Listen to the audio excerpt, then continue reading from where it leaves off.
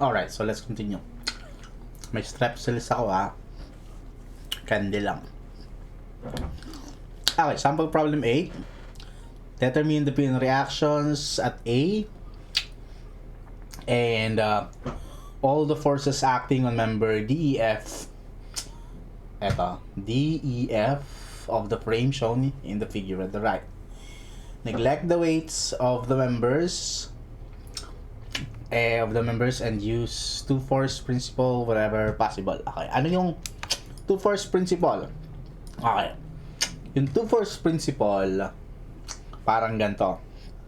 Example daw, yung isang rigid body, kahit ano pang rigid body yan. Okay? Sample. Tapos pin connected sila by point A and then point B. Okay? Tapos, wala nang ibang forces.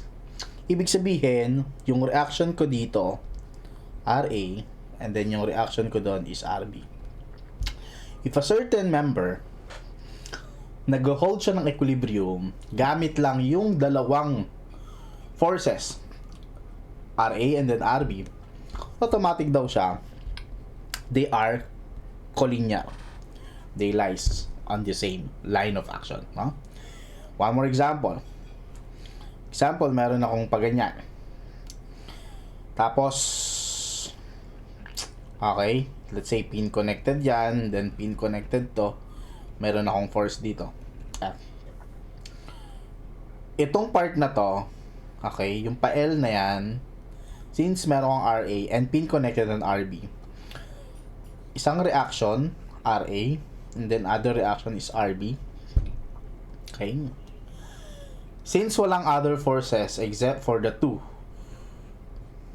collinear daw yung kanyang force. Automatic, no? Now, kapag naman three forces, for example, okay, pin, and then you have here again, let's say, force F, and then you have here the reaction R. Okay? Tatlo naman. Kapag yung isa naman member is held together in equilibrium by three forces naman, isa, dalawa, tatlo. Yung kanila daw line of action, pag diniretso mo yan, tatama daw sa isang point. And they should be concurrent at a certain point. Okay? Those are the special cases. So whenever you see a certain member holding only by two forces in equilibrium, they are collinear. If three forces, they are concurrent. Okay? So let's try this example. Okay, yun lang yung special cases na kumbaga pampadali ba ng buhay. Okay. So, pwede kong gawin, okay, kunin ko yung free body diagram niya actually, ng buo. Madali lang naman yon. So, you have here the EY, AX, okay? You have here the FY, and then you have here the FX.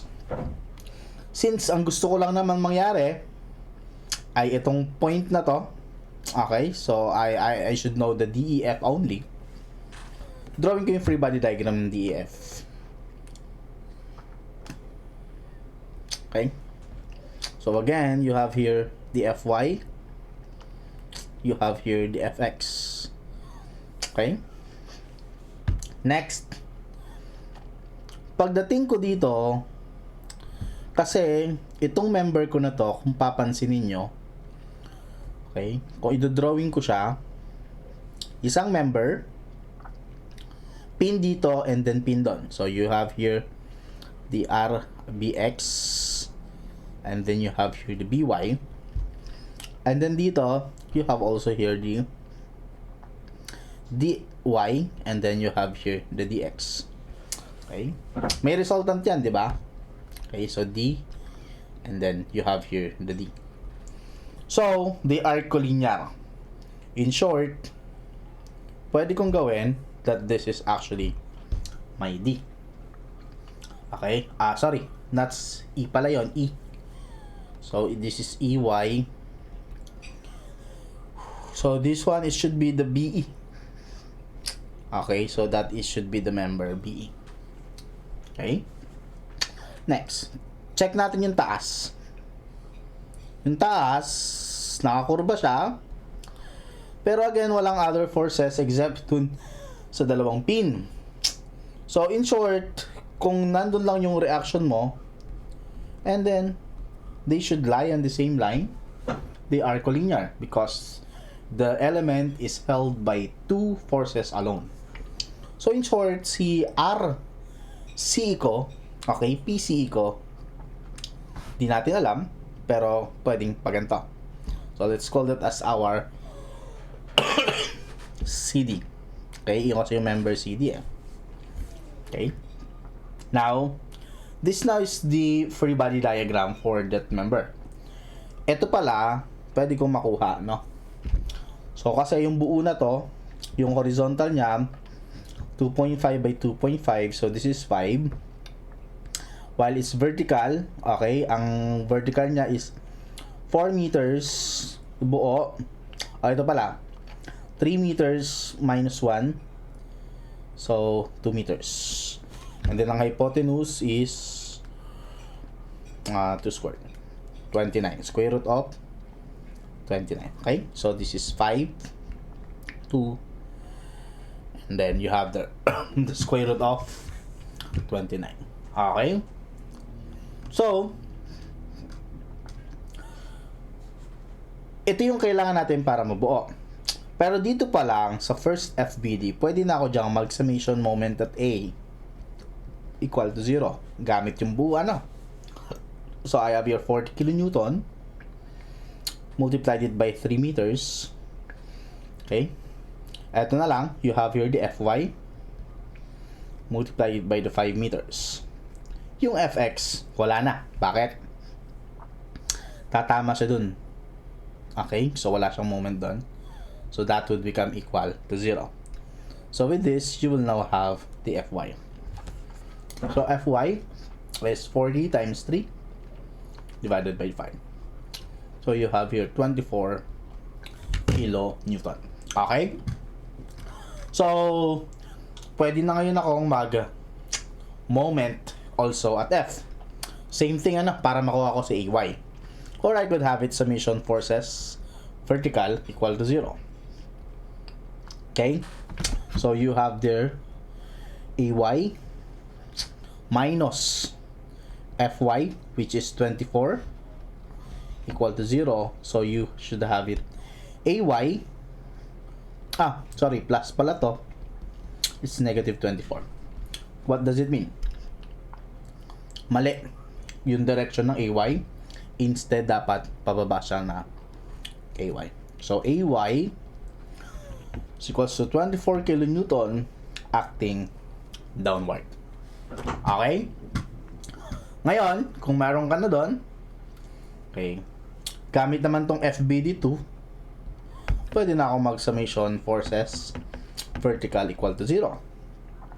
So, I could say that my FBD2, okay, for Fy is 24 plus, eto, vertical component niya, vertical 2 over the hypotenuse, square root of 29 of BE equal to 0.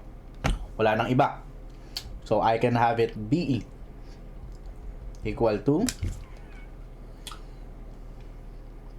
24 square root of 29 all over 2. So, that's around 64.62 kilonewton. But this time, this is negative. Okay. What does it mean? Ito, mali ulit yung assumption natin ng direction. Pahila pala siya. Okay? Pag ganun pala siya. Okay, yung direction niya, pag ganito pala. BE, and that is 64.62. Okay? Now, kung meron na ako noon, pwede na akong mag-moment at F. Bakit? Ito, pwede ko na siyang i-decompose into horizontal and then vertical. Yung horizontal ko, that is 5 all over square root of 29 of 64.62. So that, I can have it summation moment at F equal to 0. So, I have here CD, okay, multiplied it by 4 meters, and then minus 5 all over square root of 29 of 64.62 with the moment arm of 3 equal to 0. So you will be having here the CD equal to 5 times 64.62 times 3 times 4. So you have here 44.9 or around, okay, wait, or around 50. Okay, PCD, sorry, around 45 kilonewton. So nag-positive naman siya. So we will be having here CD, the BE, the AY, and then the FY. Okay? And ano pa kulang? FX na lang ang kulang. With this, pwede na ako mag-summation forces horizontal equal to 0. Okay? So I have here the CD 45 minus the horizontal component 5 over square root of 29 of 64.62 and then plus fx equal to 0. So I have here the fx. So that is 5 64.62 square root of 29 minus 45. So that's around 15 kilo newton. Alright. So, eto na lahat ng forces na meron dito sa atin. Okay? So, we will be, ano ba sabi? Determine the pin reactions at A. Okay. So, yung A na lang, pin reaction, wala pa pala tayong AX. Pero, gamit to, pwede kang mag-summation forces horizontal. Okay? Dito ko na lang lagay. Equals to 0. Yung buo. So, you have your 40. Okay. And then, yung AX ko,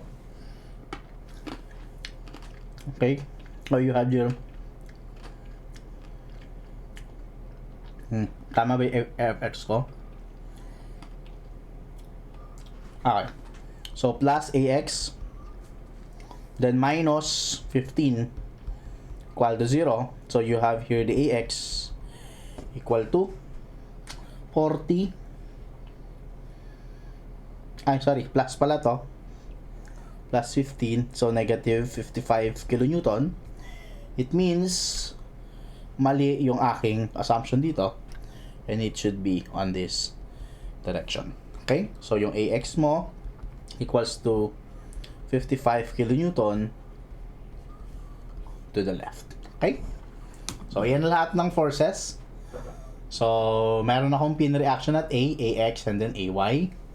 Meron akong FX, and then meron akong FY. And then also, lahat ng force acting on DEF, yung mga nakakabit na BE, at saka yung member CD. So, ayun. Again, kung meron kang dalawang force in equilibrium, collinear siya. Kapag naman tatlo, concurrent naman siya. Okay? So, that's it for this problem.